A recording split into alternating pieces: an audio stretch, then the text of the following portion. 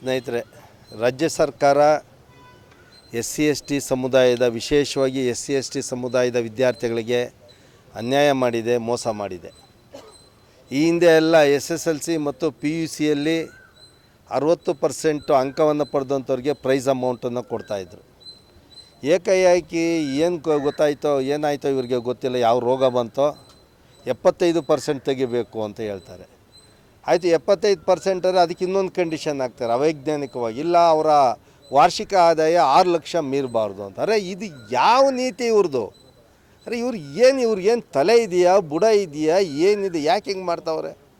ಅದಕ್ಕೆ ನಾನು ಹೇಳ್ತಾ ಇದ್ದೀನಿ, ಈ ಸಂದರ್ಭದಲ್ಲಿ ಇದರ ನೈತಿಕ ಹೊಣೆ ಹೊತ್ತು ಸಮಾಜ ಕಲ್ಯಾಣ ಸಚಿವರಾದಂಥ ಡಾಕ್ಟರ್ SC ಮಾದೇವಪ್ಪನವರು ಕೂಡಲೇ ರಾಜೀನಾಮೆ ಕೊಡಬೇಕು ಅಂತೇಳಿ.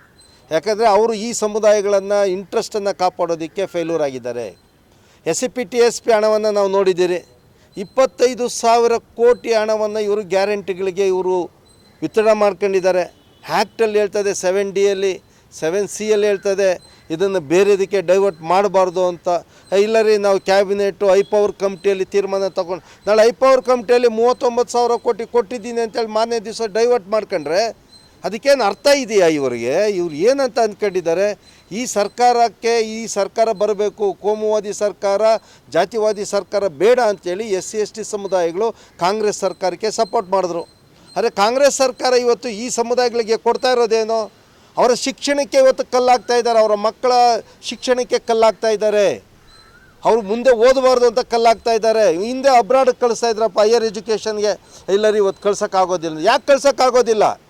ಹಿಂದೆಯಿಂದ ಹೈಯರ್ ಎಜುಕೇಷನ್ ಹೋಗ್ಬೇಕಂದ್ರೆ ಬೇರೆ ದೇಶಗಳಿಗೆ, ವಿದೇಶಗಳಿಗೆ ಕಳಿಸ್ತಾಯಿದ್ರು.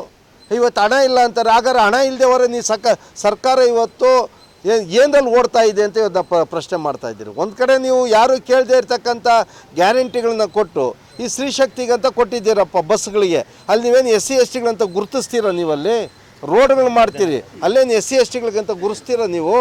ಗ್ಯಾರಂಟಿ ಹಣವನ್ನು ಗ್ಯಾರಂಟಿಗೋಸ್ಕರ SCP TSP ಹಣವನ್ನು ದುರ್ಬಳಕೆ ಮಾಡ್ಕೊಳ್ತಾ ಇದ್ದೀರಿ, SC/STಗಳಿಗೆ ಮೋಸ ಮಾಡ್ತಾ ಇದ್ದೀರಿ, ವಂಚನೆ ಮಾಡ್ತಾ ಇದ್ದೀರಿ.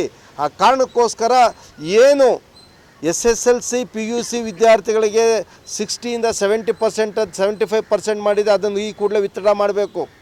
ನೀವು 6 ಲಕ್ಷ ಏನು ನೀವು ಇನ್ಕಮ್ ಟ್ಯಾಕ್ಸ್ ಸೀಲಿಂಗ್ ಮಾಡಿದ್ದೀರಿ, ಅದನ್ನು ವಿತ್ಡ್ರಾ ಮಾಡ್ಕೊಳ್ಬೇಕು.